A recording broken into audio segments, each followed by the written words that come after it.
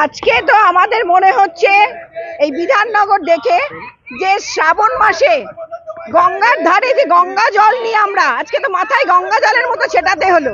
শ্রাবণ মাসে শিবের মাস, সেখানে গঙ্গায় যেতে পারছি না, মনে হচ্ছে দুয়ারে গঙ্গা, আজকে দুয়ারে নদী। আজকে এই নদীটার নাম আমরা দিয়েছি বিধাননগর নদী। আজকে যেসব বাণী নিয়ে বড় বড় সব ঠাকুরের নামে কৃষ্ণা, তুলসী, বাণী, এইসব নাম নিয়ে যারা ভোট লুটেছে, ভোট অপব্যবহার করেছে, মানুষকে আজকে যেখানে দাঁড় করিয়েছে কোনো সেবা দিচ্ছে না, মানুষের পরিষেবা। আজকে বৃদ্ধাশ্রম সবাই জানে হয়ে গেছে, আজকে গোটা মানুষ বৃদ্ধ বৃদ্ধারা সব আটকে পড়ে আছে এই জলে। তাদের জন্য কোনো ভাবনা নেই পুরসভার, তাদের জন্য কোনো ভাবনা নেই। গোটা পশ্চিমবঙ্গের এই হাল করে দিয়েছে উন্নয়ন, দুয়ারে নদী। আর কিছু বলার নেই আমাদের।